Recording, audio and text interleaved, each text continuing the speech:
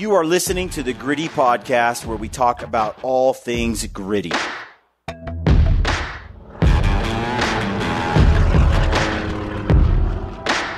Welcome to the Gritty Podcast. I am your host, Brian Call. I've got Brad Hunt here beside me.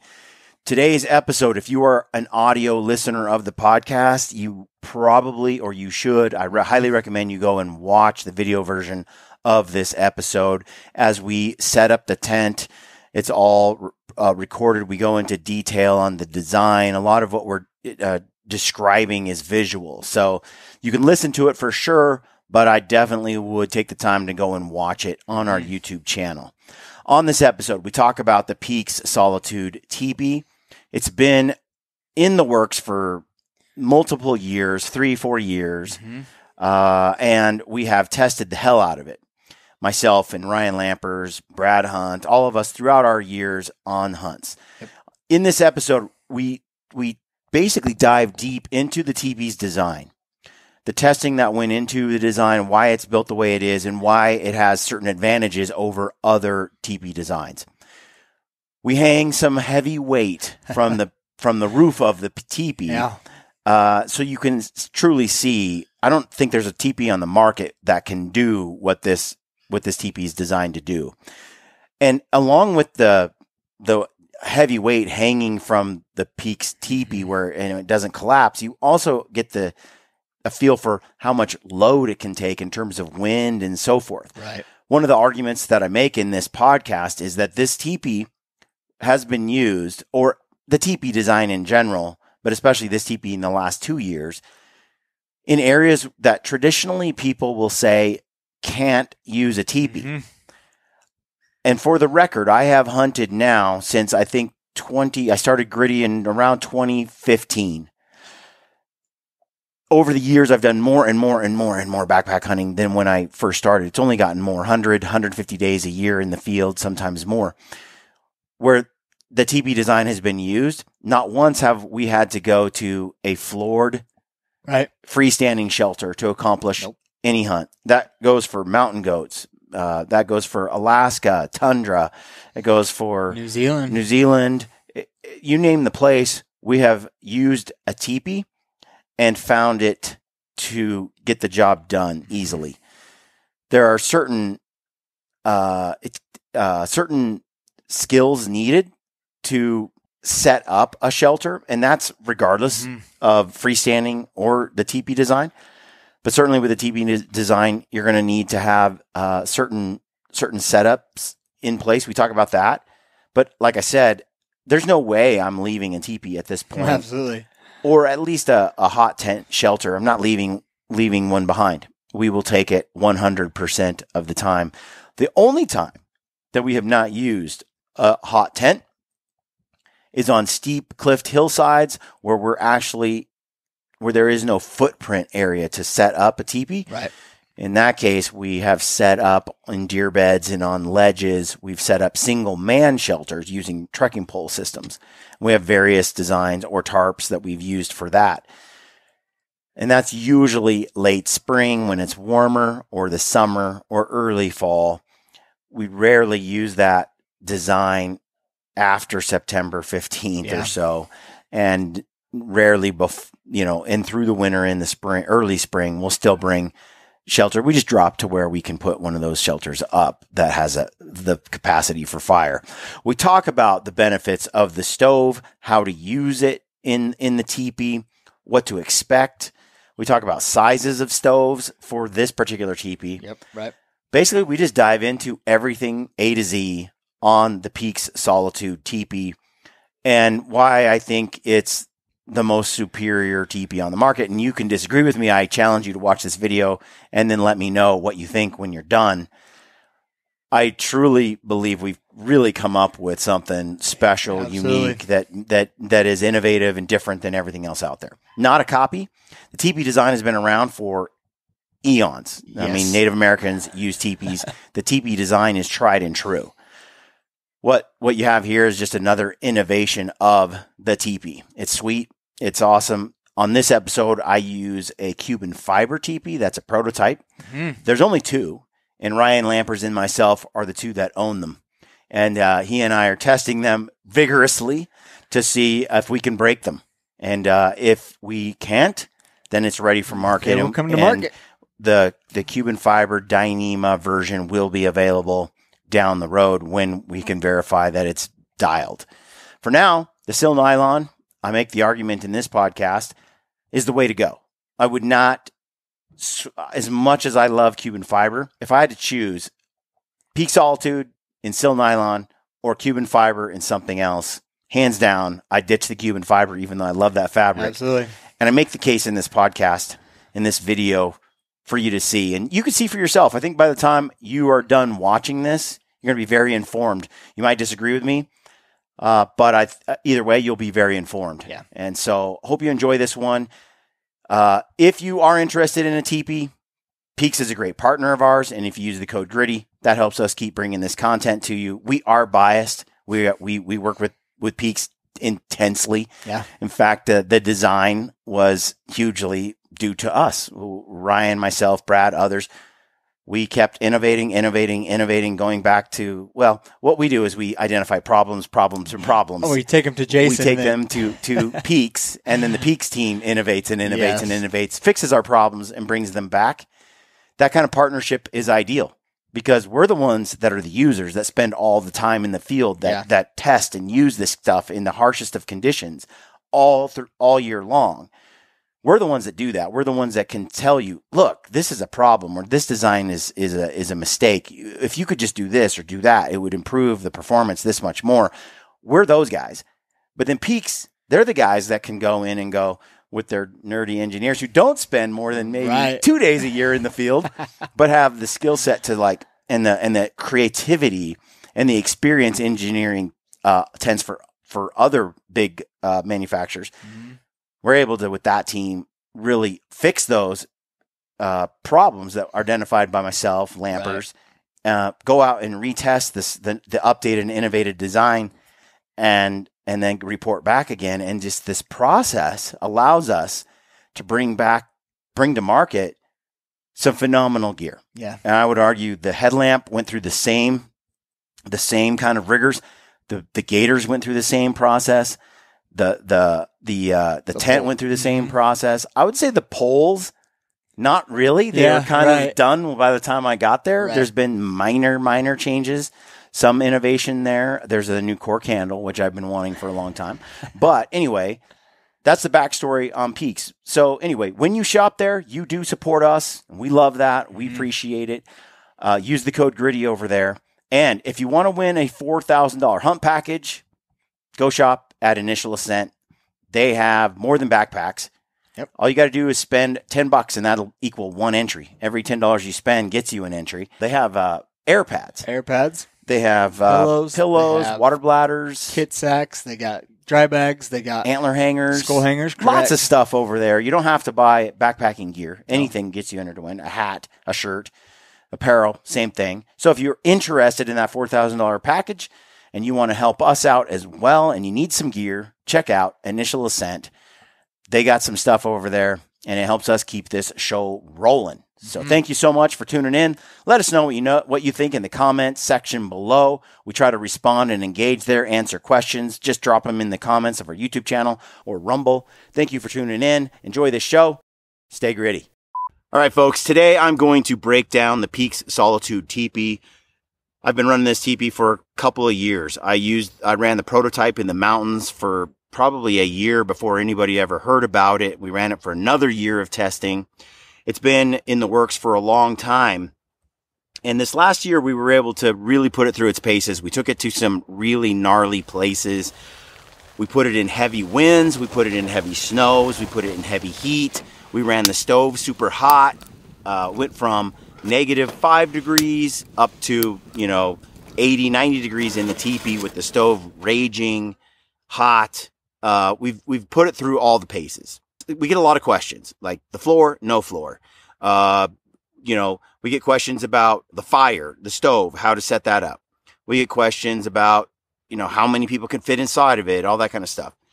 I'll just kind of give you my opinion on this shelter. And there's some good ones out there. We've been using various shelters.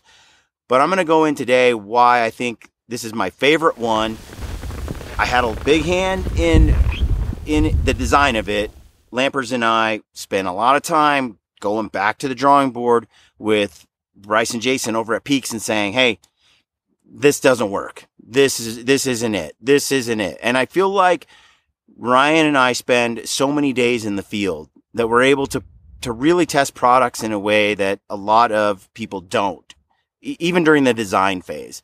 So I'm going to get into today why I like this and why I think it kind of hits the nail on the head as far as shelters go. First of all, the setup. A lot of people ask about floors. If you followed us for a while, you know we're not big fans of the floor. However, 80% of people who buy this teepee have bought the floor. I just think it's because people haven't spent a lot of time in a floorless shelter. It gets in their head. It's more psychological than anything. And until they actually do it for a time, it's hard to wrap their mind around it. But trust me, you do not need the floor. It's better without the floor. However, Bryce probably won't like that because he likes people to buy the floor. And if you like the floor, great. The floor in and of itself, though, just isn't enough. You need to have, if you use the floor, you still have to have some sort of ground cloth that prevents stickers and thorns and sharp objects from penetrating, because the floor is just still nylon. My biggest issue, once the final version of the Solitude was kind of underway and Peax was ready to bring it to market, it didn't come in DCF or Dyneema Cuban fiber material. Well, today I have a Dyneema Cuban fiber prototype, which I'm going to set up. That said, I would run the still nylon Peax Solitude over any Cuban fiber teepee that's on the market right now, because of all the features that it has that the others don't. I am willing to go with a fabric that isn't my favorite in exchange for the overall experience that I get with this teepee. Hands down. Hopefully, this Cuban fiber version, for those who are willing to spend the money, because Cuban fiber is an expensive material, and for those who really want to get the weight savings, but also the performance improvement from the fabric, where sill stretches, especially hot, cold, wet, it gets that little sag in it. You don't get that with Cuban fiber, and it's just, we've grown to love it over time. But like I said, hopefully we can bring this Cuban fiber to market soon, within a year or so, but it has to go through testing. That's the reason it's not available right now, is, the folks at Peax are just dedicated to making sure that what they bring to market is built tough and can last and has all the design features that you want. So let me get into the setup. You don't need a floor. You can run it if you want. You still have to bring a ground cloth anyway, because the sill isn't enough to protect you. The Cuban fiber doesn't even have a floor unless we sold it with a sill nylon floor. But I think that right now, well, you got Cuban fiber, teepee today. You don't need the floor. I'm going to show you the setup. Picture this as sort of like an oval during the setup, or as a rectangle. You want to grab the stake points. You're going to stake 4 corners down on this teepee when you set it up. It's real simple. You come to the door. Here's the door. You see the zipper from the door. This is your guy out. You're going to move one guy out over. And this is the corner you're going to stake down. Okay? I've done that on the other side. I've done 3 corners so far. So I'm going to come over here to this side of the door. And again, you can see the door comes up like this, comes to here. Okay. And here's the corner zipper. You follow this seam down. This corner is the bottom corner of the door. So if you were to unzip this, these are the 2 sides of the door. Again, we're going to move 1 notch over from the door like this, and I'm going to pull it fairly tight, and now you see what I've got here is basically a rectangle or a square. I'm no mathematician here, but I think it's more of a rectangle, meaning two sides are longer than the other. Isn't that what a rectangle is, Brad? It's a rectangle. Yeah, rectangle. And what I'm doing here is I'm getting these 4 corners down. It's a little tight. I may do better if I don't make it too tight. And you can sort of as you mess around with it, you'll get good at it. But floor goes down like this. This is some hard packed earth, so I'm not going to worry too much about getting these stakes all the way in, although I could drive them all the way in. Okay, so you have these 4 corners. If you stand back, Brad, and get a shot of this, you can see we have a shelter here, 4 corners, staked down. Simple as that. It was really easy. Like I said, you just come to the corner of the door, move one over. Same thing on the other side, because there's 2 doors on each end. Come to the corner of the other side of the door, move 1 anchor point over, stab them into the ground. Okay, next, grab the center pole right here. And what I'm going to do is, well, I've got these corners down, and I staked them in there pretty tight. You don't have to go that tight. If it's summer, or if it's a temperature where I want a lot of breathability in the shelter, okay, I would extend these lines out right here. Okay, if you look at this, I would put like some length on there so that when it pops up, I got a gap underneath. But if I want it in the wintertime, like to be really staked down so there's no air and there's no gap in the bottom of the tent, and I really want to seal out mosquitoes or anything else, I pull this guy out as tight as I can, really. If it's still nylon, I might leave an inch or something so I can tighten and loosen it if I want to without having to reposition a stake. But the goal is, if I want it tight to the ground like this setup, I pull this pretty tight and I stake it right to the edge, and I use the tension here to figure out where that is. Okay, now I'm going to come in here like this. The peak of the teepee is here, right here like so. Stick it inside. Brad, if you come in right here, okay, it's as easy as this. There's a notch down here, okay, and you can see these heights in the pole. You can see these markers, and you can kind of get a feel for your own teepee. If I was setting this up in a depression, like sometimes I do, because that's what we got, the pole has to be higher, or it's a hump, pole has to be shorter, whatever, we can work around it. But that's it. I've staked it up. So 4 corners, then the pole. And you can, I'll put a little bit decent amount of tension on there. Come out, we'll see how the zipper responds on the door. Okay, no problem. It gets a little tight down here. Okay, so now you can see I've got these 4 corners pitched. You can come and look at it and go, is it square enough? You can slide your pole left, right. If you look at it, Brad, the teepee itself, you got your wall here. It's close enough, okay? Simple as that. 4 corners, pole. Now my teepee's up in a shape I like. Now the next step is what I like to do, is I like to stake out the doors. And this is tricky. This is a little bit, this takes a little getting used to. If you just got to be aware of it, okay? When you go to stake out the door, we want to remove the tension from the zipper, okay? And a lot of people will just pull straight on this, like that, and they'll stake it down, okay? But if you're pulling this direction away from that other stake, when you unzip it, the zipper opens, and then when you go to zip it again, it doesn't want to zip because you put so much tension on it. The trick here is pull against that stake on the corner and pull straight out. So for example, I'll put my stake in like this, and I'll pull against that corner, see it move kind of toward me. Can you see that, Brad? Yep. That. So it's pulling toward me. Then I'm going to simultaneously pull against that stake and out. But you notice I'm not pulling this way. I'm pulling this way and out. Okay? So it looks kind of like this angle. You see the angle on this right here. It's pulling against that and straight. Okay?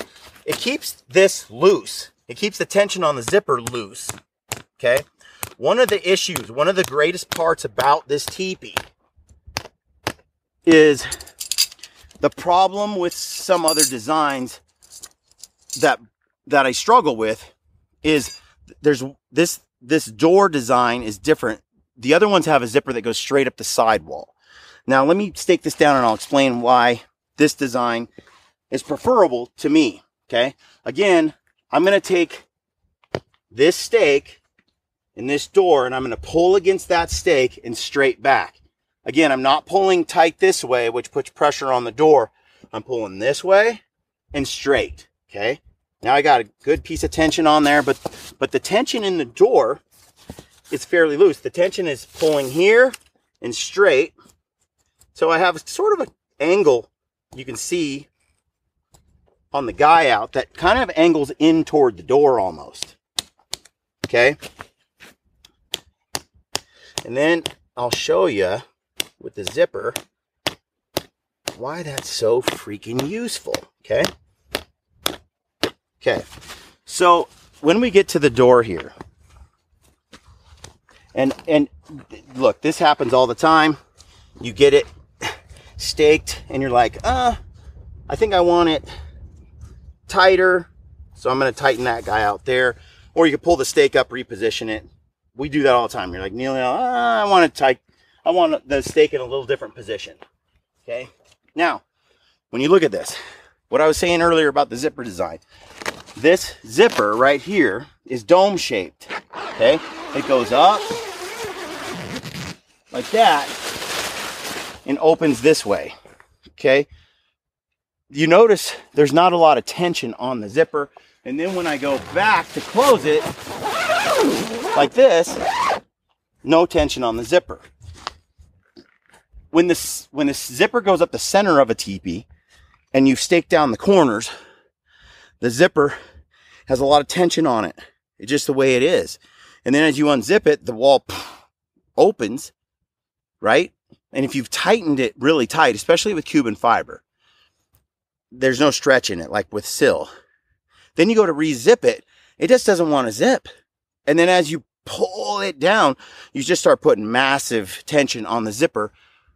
And then that can result, and often has resulted, in a zipper failure. Now, the zipper failures are, I think, most common with Cuban fiber because Cuban fiber doesn't stretch. So all the pressure is on the zipper. If you're running a sill nylon shelter with that design with a zipper up the sidewall, the sill stretches, it gives. So it sort of stretches. The zipper isn't under as much tension, but they'll still fail. They failed before. Where our goal when we were working with this was we wanted something that had a good egress, in and out, easy to get in and out, but without that zipper tension on a sidewall. The other thing too is when the door is shut and you unzip it, you have like a slit. It kind of moves to the side. We wanted something where we could unzip it and then go in and out without having to feel like we're getting wet or we're going to get stuff on us. Where this door design is more ideal for getting in and out of. Now, if you come over here, we can let's do the other door here real quick, or it doesn't really matter actually. We do the side guy out, okay? Again, you come to the bottom. I want this staked low, so I got the string pretty tight, and I'm going to bring it down here like this, and all I'm doing is pooching out this whole sidewall, okay? And got one stake here, okay? Go to the door. I'm going to do the same thing that I just did before on the other side. Same thing. I'm going to pull against that stake and straight down. Try to take that tension off of the zipper. Oops, hit a rock. That is a hard rock.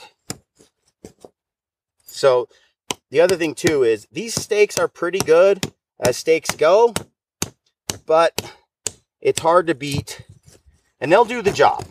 But we tend to, that's a big rock. We tend to run groundhog, MSR groundhog stakes, or, upgrade to another stake at some point because I don't like the angle on that. But that's that's the breaks. If I had more time, if I was interested, I'd figure out, use the pickaxe to get a hole in place or figure out how to get that stake where I want it. Anyway, I'm going in like this, again, angled toward the zipper. Okay. Get around to this final side. Okay, and what I'm going to talk about is inside the teepee. There is a spaciousness that you get from this design that is really nice. Okay, that's good enough for now. Okay, what we notice in teepees is the side walls tend to cave in, okay, because they're not like a dome tent, like a Hilleberg or something, where it's like where it's freestanding and such. So the walls on teepees tend to sag inward, and we wanted to address that. We wanted to figure out a way in the design to keep that from happening. One of the things we wanted was a guy out that was real simple, where we could pull the side wall out, because we were always sticking a trekking pole in here and angling it to push it out, and you'd have like one pole here and one pole here. But we're like, man, what if we could just get a guy out design where with one stake you could pull 3 points, you know? So with this, you have these two, and you can pull them separately like this, or what we like to do is just group it like so. Let me get more distance on this. Group it like so, and it just naturally, as you put tension on it, it naturally adjusts between these three stakes, or these three guy outs, okay? And then you just come in here with one stake in one spot. You've got your guy out, okay? And then you can adjust the tension on either side. But like I said, I could pull this like so, and I could, if I wanted to, bring more stakes and I wanted more than one guy out, I could pull it like this too. Then you have two stakes in a heavy wind instead of one. But generally, this is how we run. One like that. And if you come around to the other side, same thing. This allows us to have 3 guy out positions on a with a single stake. This is where sometimes those twisty MSR, those MSR groundhog stakes, they really have a tougher head right here. These are not bad. These are like the DC, I forget what they, Featherlight or something. They're nice stakes, but I tend to like really heavy duty stakes. Even the twisty ones, like if I'm going into tundra or into Alaska, the longer, twistier ones that MSR makes. Forget what they call them, but I like those. All right, so teepee is up, and I'm going to show you the inside of the teepee here and some of the benefits why I like this design here. Something you want to keep in mind is, where do you want the stove? Which side of the teepee do you want the stove on? The way this is designed is you have a stove jack on the end where you're going to keep your head, is sort of the end where we like to keep the stove and the stove jack on the head end, not your foot end, because then you can't get to it. So keep in mind, okay, where do I want to sleep? I set this up so my head is this way, fireplace outdoors is that way. But when I'm laying there on the ground, I want to be able to get into my stove. So I always put the stove vent, the stove jack right here. I always put this on the side my head is on. And then we sleep this direction, someone on each side of the door. You can sleep crossways as well, but I'll get in here and I'll show you why we like to sleep this way. So if you come in here like this, hit the door, okay, I'm going to get this out of our way, okay, and there's a few of these things, but that's out of my way. Come inside, okay, this is taller than the other teepees on the market, and it's a little longer, but the footprint is close, okay, to what else is out there. But this sidewall is really, a lot of the shelters with the same footprint, if you lower the peak 6 inches or so, this brings this wall in like this. And so you're always like right up. This one we were like, let's get it as small a footprint as we can, but also the most headroom we can get. This does it. And this is with it tight to the ground. If you gave it like this much room, 2 or 3 inches, it gets exponentially larger inside. Every inch that you raise the tent, it gets way bigger. So if you're just trying to stop the rain from coming and you don't mind a breeze coming underneath, like we do in September, early September, we give it a good gap underneath. Lots of airflow inside. We'll even undo these vents right here. These doors, leave them open all night. So you got airflow between each door. You got airflow coming underneath. Even when you pull it up like this and it rains, let's say it's hot, but it's rainy. All right, keep the floor up, or the teepee up off the ground, give it a gap underneath. You let the wind blow here and the water just goes right down. You still have a vent right here letting hot, cool air in. Plus you got the vents in the top, and I'll get to those in a minute. Okay, so we wanted the headroom. This is a very steep sidewall. This is one of the reasons we like to sleep this direction. First of all, either of us can get in and out of the door. I don't want to have to step over my sleeping bag every time I want to get into the teepee, right? If we slept crossways like this, which you can, but now every time you unzip the door, which happens here, unzip the door like this, okay, and there's rain coming down, even if you unzip it just a little bit, you still have rain coming inside, okay? When you sleep this way, your stuff is, your sleeping bag, pad, pillow, everything is off to the side, and your stuff isn't getting wet from the door when you unzip it. So we like to sleep this direction, okay? And then this is so steep. Look at this. It almost goes straight up. And with these guy outs here, here, and here, now you're pulling this sidewall away from you. So you don't have to like take a pole and kind of do this, which is what we used to do to try to pooch out the shelter, okay? So that was something we wanted, was we wanted it to stay out. We didn't want it to sag in.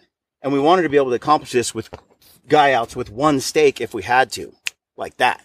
So that's why I love this. And I can sit up and be in my sleeping bag, and I'm not like this or against the wall, which is sometimes often wet in the morning before you get the stove on to dry it out. Next thing, the peak of the teepee. This is where the real genius comes into play.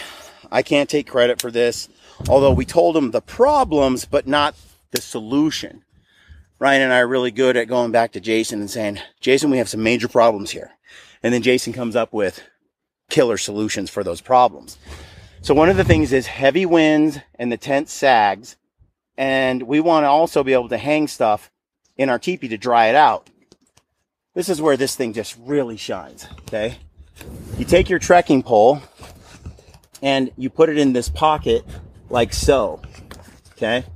And it's got a little pocket for the Peax handle, and the Peax tip goes in here. And we have tested this, beat the hell out of it, tried to ruin it, break it. Haven't done it yet, okay? Unlock that and you just stretch it out. See? Put tension up here in the peak of this teepee, okay? And do it over here with this one. And today, Brad and I are going to play around with this. We're going to see how much weight we can actually hang from these, what I call them the rafters. I think Peax has some other name for it, but you don't want to do that. Watch that carbon tip. But this is money, the way this is designed.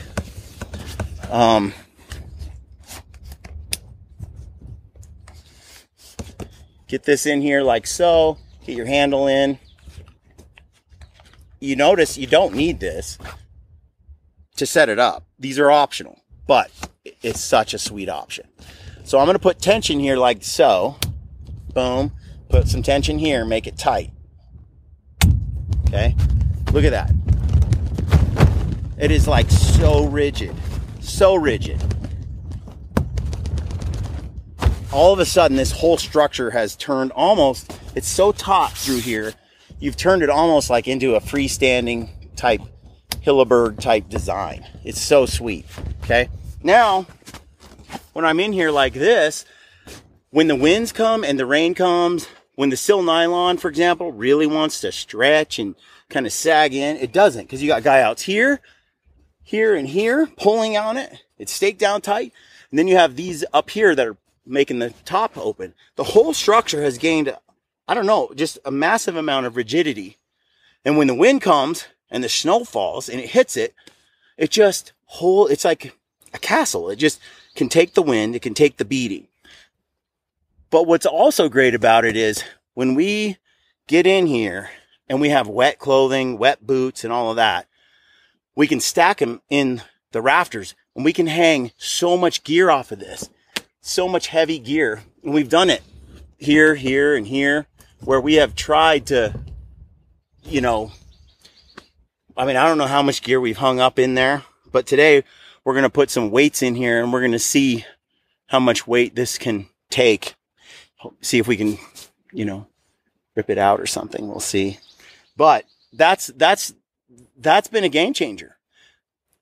When you hang stuff from the other brands that are out there, if there's a spot to hang it, it sags the teepee walls in on you. And there's not that much room to hang it. It's usually a rope around the top or a rope tied across. And then the teepee sags in as the rope is there, pulling with the weight on it. So I would set up a tripod and another tripod, and we'd hang stuff between tripods. And then they take up floor space, and you try not to knock them down.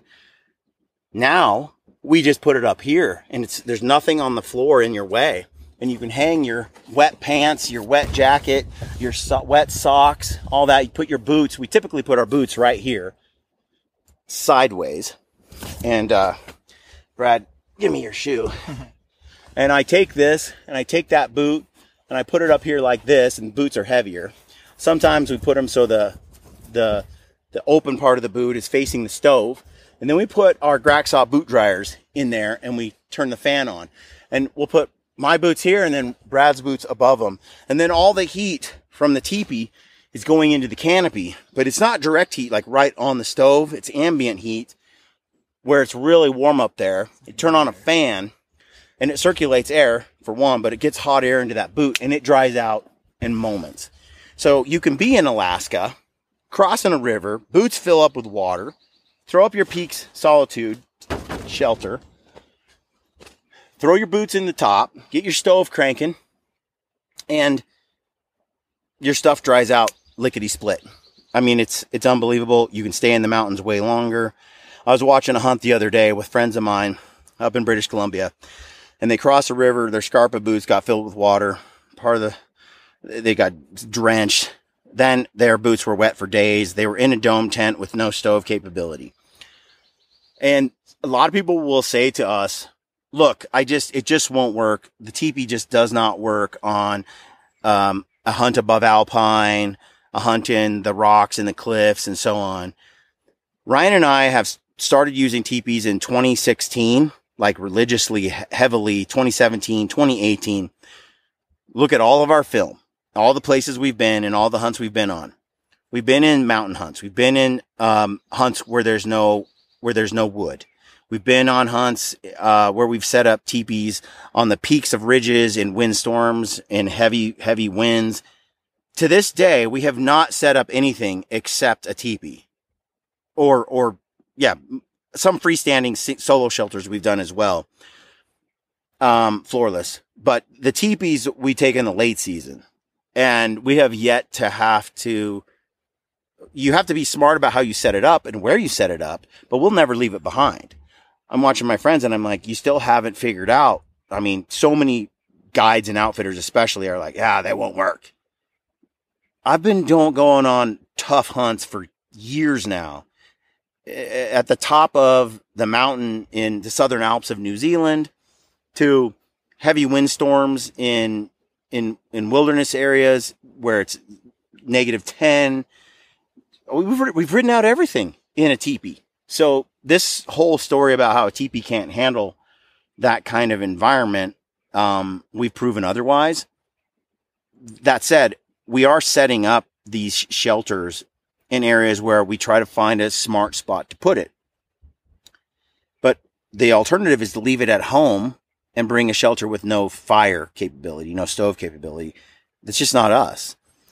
And like I said, we've been able to get that going. When we are watching the weather and we know that a huge rainstorm, snowstorm, blizzard, hurricane is coming, we go and we do stack logs or rock. We rock out our shelters. We put heavy rocks on all these stake points.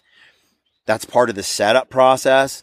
We will put logs around the shelter to block the wind toward the bottom, or even wind block. We've built barricades around the shelter with logs, sawed up a few and set them up. It's a little extra work. It takes longer than a dome tent, but then we climb inside, and for 10 or 12 hours during the storm, we have a fire going and we're warm and our stuff is dry while everyone else is hunkering down in a freestanding Hilleberg. I'm just beyond that. I don't see, we'll continue. We'll wait. We're trying to see where this shelter, design, the teepee just wets the bed and doesn't get the job done. I'm sure there's probably a hunt out there, a mountaineering K2 climb or something where this doesn't apply. But for hunters, it's hard for me to see a scenario where this doesn't work for hunters every time. Even if you have to drop down in elevation a touch, which we've never had to do actually, but even if you did, to me, it's worth it. Drop in the timberline. You have a stove, climb back up the next day, do a little bit of hunting. The fire and the stove in late season, I can't emphasize enough how valuable and important that is. So here you are with the design, with the rafters. Brad and I are going to do a little experiment and see how much weight we can put on these rafters. Brad, let's go grab some weights. All right. So I just added a 25-pound plate to the cross members and the trekking poles and another 25. So there's 50 pounds of weight hanging from these trekking poles in this teepee right now. And it feels solid. It feels like it can handle that. Brad and I are like, I don't want to push my teepee too far, snap a pole. This is more than enough. Like, I can't imagine. I mean, I have hung my backpack up here with some stuff in it when it's soaked. I've hung my boots. I've put my boots up here in this mesh and they kind of rest on the poles. I've put wet gear up there. I would probably venture to say we've had 30 pounds, maybe, Brad, of 30 and 40 pounds of weight up here. And we're just trying to show you right now, we've got 50 pounds hanging from these plates right now. Teepee's up here holding the load. You can even see like it almost keeps the teepee heavier so the wind can't move it. All that weight is distributed across all these anchor points. There are times where we have strapped a knot here to tighten this up just during the testing phase to see how much weight this can take. The pole, all of it. It's a lot. It's a lot of load. Show me a teepee where you can hang 50 pounds of weight up in here like this. And it doesn't just make the teepee fall in on you and cave. It's sweet. So there you have it. Here's our 50 pounds of weight hanging from the Peax rafters here off of these Sissy Sticks trekking poles, these elite trekking poles with the new cork handle, which is I've always wanted the cork handle in the Peax. I've always liked that. Some people don't. I love it. But anyway, there's our weight test for the Peax Solitude. Love it. All right. We got both doors open right now, so we get airflow through. I just wanted to re-emphasize how much I like this teepee and why I would run it in sil nylon, even though I love Cuban fiber. I just showed you these rafters. I just showed you the load it can carry, the shape of it, how solid it is in the wind, the guy out options, how easy it is to set up, the multiple door options. There's just so many things about this shelter that are its design that I'm willing to forego the Cuban fiber fabric in a heartbeat. There's just nothing out there right now that is like this, especially with how you hunt, you get wet and your stuff gets soaked and you need to dry it out, which is the brilliance, the genius of having a fire inside a shelter. It's lightweight. because it's a teepee and there is no floor and you save tons of weight. The doors, I want to talk about that. 2 doors instead of 1. 2 instead of 1. That's so critical because when I shut this door, let's say this zipper does fail, and that has happened. We have not on Peax shelters. I haven't had one fail, but I have had zippers fail on other teepees.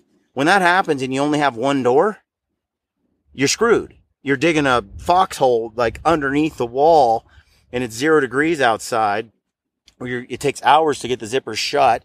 You end up having to sew it or duct tape it to try to keep it shut. And then you have no in and out. You have to sort of crawl under it, pull up a stake, and it's shimmy. It's a mess. This, having 2 doors, which I always recommend in a shelter, especially if you're getting dropped in Alaska or something.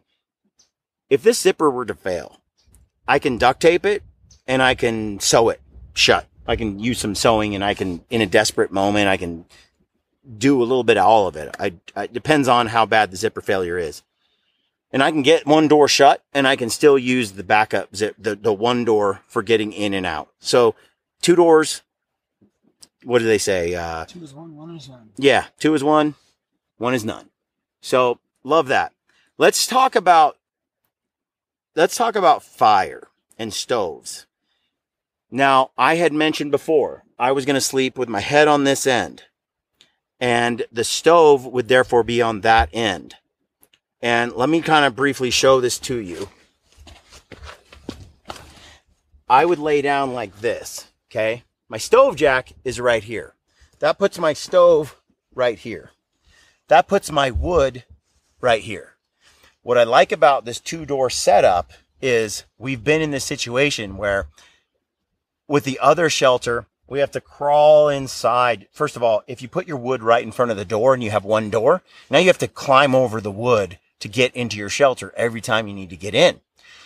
And a giant stockpile of wood inside your shelter isn't for just convenience. It's to dry out the wood. Often the wood is wet. So the bigger the pile you can put in here on day 1, if you plan to stay there for 4 or 5 days, the more that wood continues to dry out as it's in this warm tent, right? So we often stack a massive pile of wood. And if you're Ryan Lampers, you stack a big pile just because you like to hoard wood and have lots of it on hand and then leave it behind. But preppers are like that. So hippie preppers. So big pile of wood ends up here, ends up in front of your door, and you have to navigate around it. It's a pain. Or you have to take your wood and cart it to the back of the shelter and stack it in the back so that your door doesn't have a pile of wood in front of it. But then you have to go over your sleeping bag and your pad and all your stuff and like add more wood throughout the hunt back in here. It's a pain to get it there.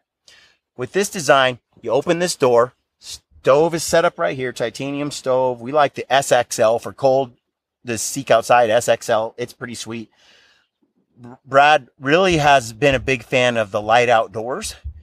18-inch, 16? They have 18, 12 and 18, and then they have a larger one as well. He liked the 18. We haven't tested them. I know that the SXL has been money in this shelter. You use the 18 light, and you liked it more. So I still have to try the light outdoors 18-inch. Haven't tried it yet. Those are 2 that we've tested though. Brad, one, and all of us have used the SXL a lot. When it's colder, sure, we'll go with like a large stove instead of a SXL. But when we're with 2 guys, we often still bring the SXL because that little extra ounce, I mean, having that firepower can be big time important. Now, if it's really early in the season, we may not even turn the stove on, spring or something. And we usually do just bring a large or something. But anyway, stove size does make a difference once you get later into the season, and we just prefer to go big or go home with the stove. You're bringing all this, you might as well bring a few extra ounces in weight and just really be able to cook this teepee. So your stove is here, pile of wood is here. We just take the zipper, undo it, and just stack the wood. It's great. And then we just zip it shut, and then we can come in from this side of the teepee to get inside of our sleeping bags, and there's no pile of wood in our way. And we didn't have to cart the wood through the shelter to the other side. That is the benefit of 2 doors. The benefit of sleeping on this side of the shelter and that side of the shelter gives both doors you can get in and out of. When you unzip it, you're not underneath the door getting wet. Okay, you're off to the side. When you start your stove, you like to have it kind of right here where I can reach it. we usually use S-Bit for fire starter nowadays. It's cheap. You can buy it on anywhere, really. Super inexpensive. It works great. We'll throw that into the stove. We'll throw our little piece of wood in, get a stove going. We talk about stove and drafting and getting the pipe right and all that on another show. But needless to say, we get the stove going hot. It's all right here. Now, the one thing about a floorless shelter that's inevitable, especially when it's super cold, you go to bed at night, let's say it's 80 degrees in here and you're drying out gear and it is just storming outside. It's icy, cold, wet. It's 10 degrees, right? We're in our sleeping bags, but inside it's cozy 75. We fall asleep. We often let the fire burn out. You don't have to. Some guys don't. They like to wake up, put a little more wood in there, whatever, keep the whole tent nice and comfy. We're mountain men. Right, Brad? We're mountain men. So we're lazy. We're lazy. So we tuck into our sleeping bags. We crash. We fall asleep. We let the fire burn out. We sleep through the night. 0 degrees, -10. We just crash. When we wake up in the morning, our mouth, the heat from our mouth, the condensation, the heat inside quickly diminishing, that temperature change in a quick fashion from hot to cold, condensation gathers on the sidewalls, and then it'll freeze even. And the whole wall will be ice covered. The whole tent will be ice covered. People freak out. We don't care. We get here, we get the stove going in the morning, and we lit that stove, and we get it like 80 degrees, roaring hot. This is also why we like the SXL or similar size stove. I like the SXL because it's short. You don't need height in a stove. You need width for more surface area to burn. Spreads out the fire. I like the big pipe because it drafts better, sucks more air. It's just like any gas engine. The more oxygen you can give it, the more turbocharged you can make the fuel burn. So I like it. We get this thing going super hot. What happens? All that ice melts.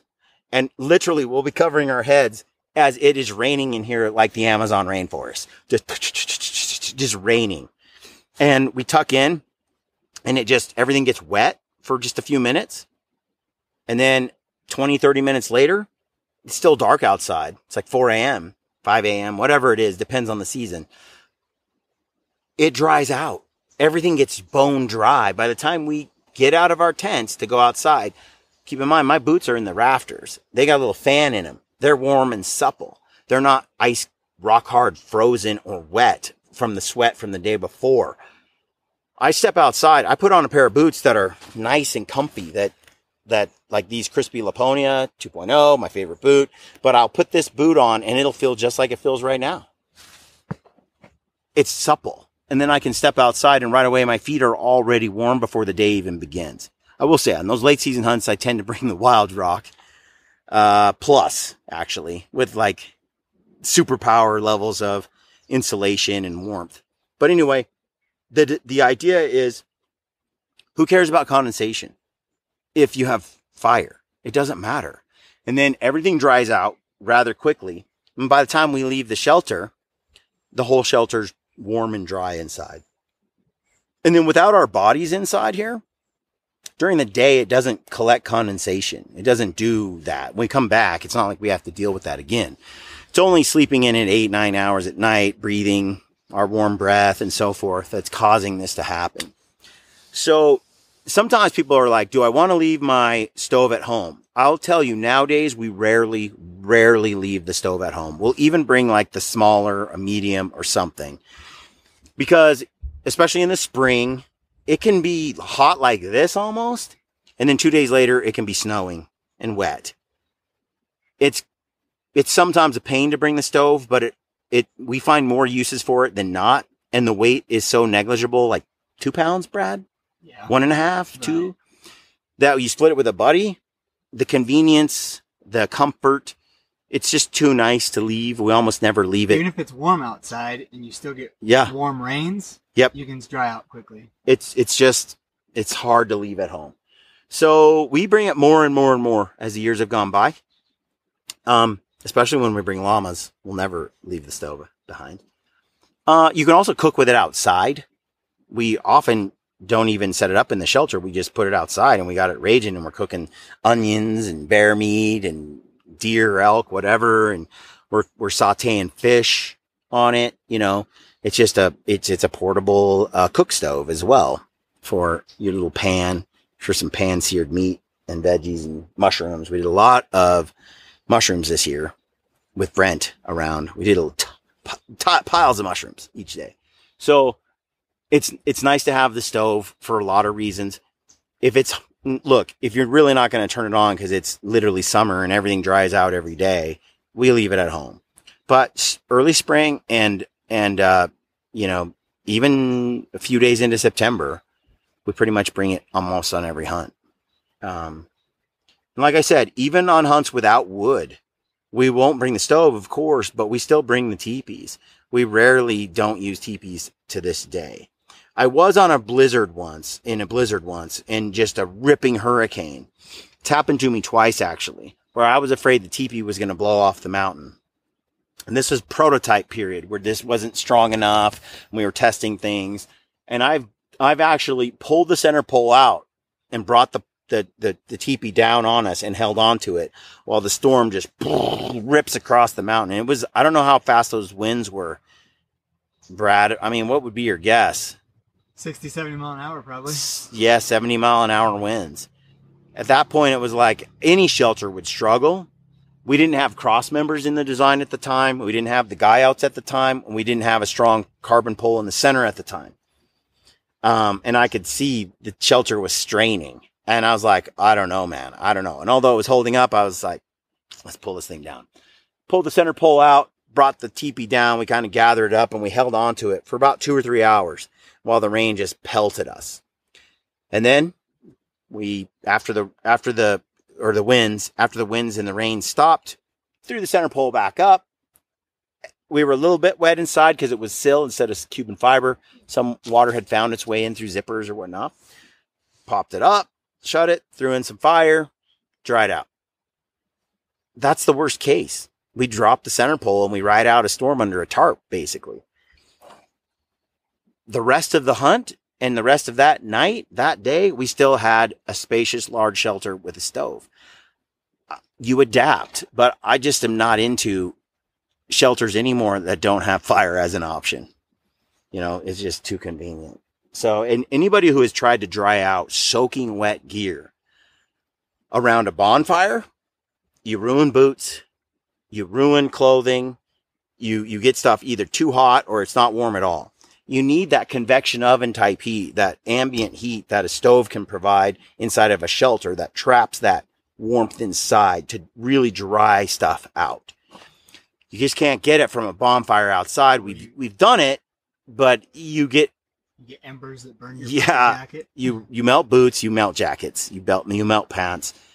And it takes forever. And even then, parts of it just stay wet. The inside of your boots, they stay wet. The outside's dry. The inside stays wet. But with Graxaw boot dryers up in this rafter system with the heat, boots are bone dry, supple every day. So I think that kind of hits it. Like I said, we have set this up on the top of mountain ridges, heavy winds, storms. We've ridden out some nasty, nasty weather in this. This has been tested for a couple of years in the harshest environments across Alaska, New Zealand. We've run teepees there. We've run them right here in our backyard in some nasty places. And again, we have just found that this is an ideal shelter setup. Peax nailed it with the designs. We just kept going back to them over and over to get it improved each time. We found the failure points. We've kept it up for months at a time in some of the windiest areas you can imagine to just see if it'll come down without touching it, without redoing the stakes, without tightening it or anything. And it just rode out those storms for months at a time. We just feel like we got something solid here to recommend for you. And, yeah, you got to love it. The weight is not much. We'll throw the specs up on the screen here. Yeah, it's killer setup. Hope you got value out of this. I just wanted to give you my opinion. This is what I think is ideal. There are other items on the market, other similar products on the market that can run a stove. I just don't think with this footprint size, there's another shelter out there that really competes. There are a few shelters, by the way, that are pretty short, and when you can get away with them when you have a big gap at the bottom, but as soon as you suck that teepee down to the ground, which you have to if you're going to try to trap heat inside your shelter, man, if you don't suck it to the bottom, you don't trap heat. And there's a couple of shelters out there, not naming names, but you can't even fit in them because they're so short. The only way you fit in them is if you put a gap around the bottom like this and you expand it. But when you stake it to the ground, it's exponentially smaller. It's crowded.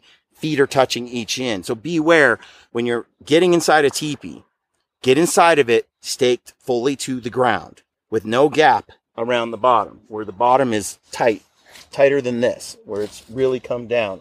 I don't have the stakes tied in all the way because I didn't pound them in, so the rope is slid up the stake. But the goal is get in there where the gap is at its smallest around the edges.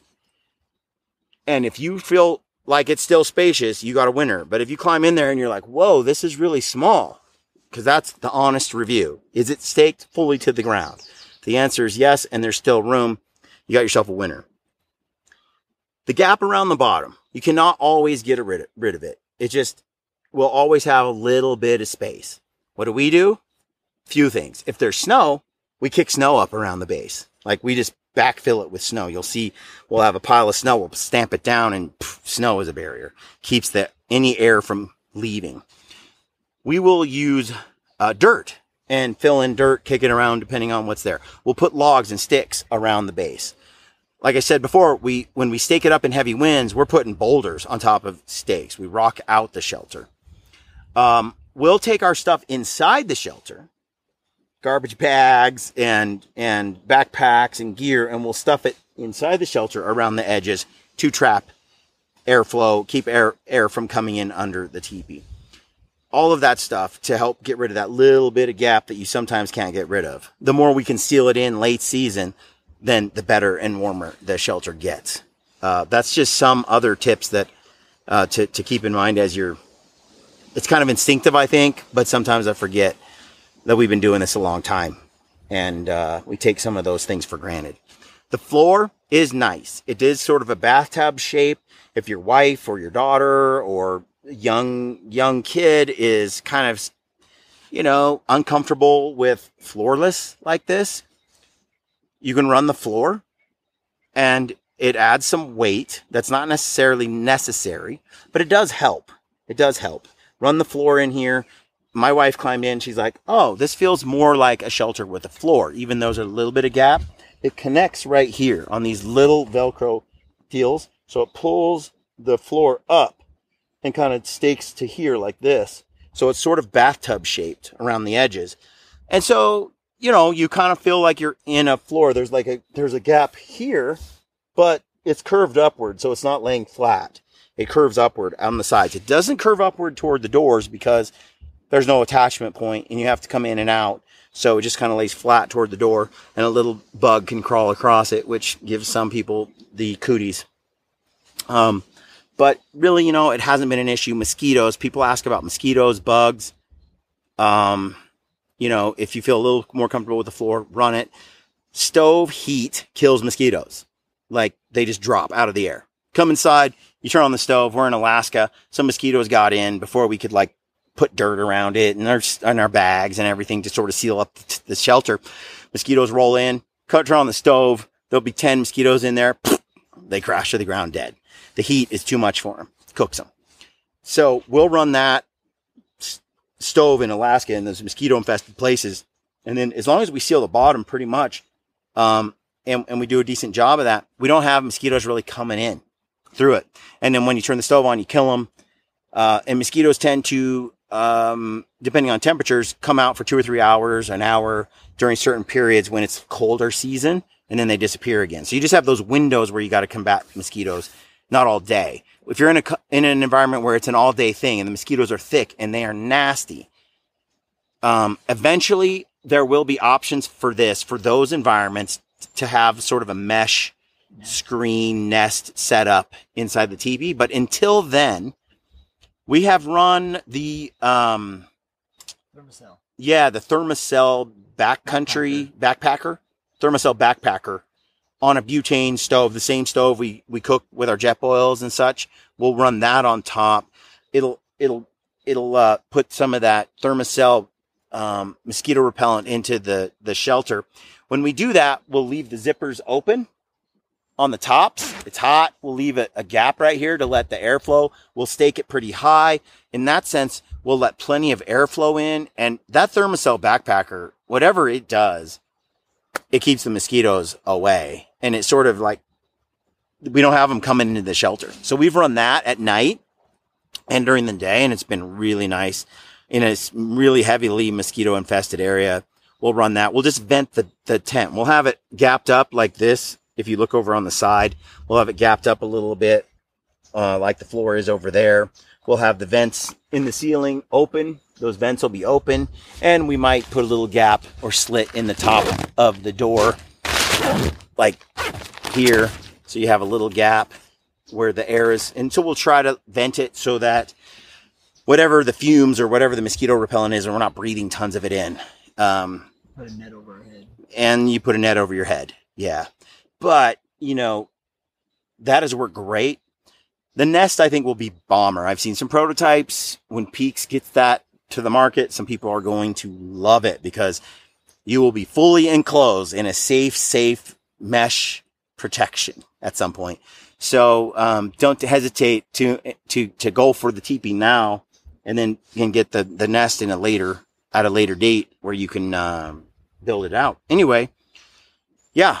That's where we're at. I think it's a great design. I hope you got a lot out of this. Let us know. Whenever you shop at Peax, use the code GRITTY. They're a great partner of ours, and it helps us keep bringing you this content. If you've got questions, hit us up. Hit us up at Peax. Hit us up at Gritty, at GrittyBowman, at GrittyBowman.com.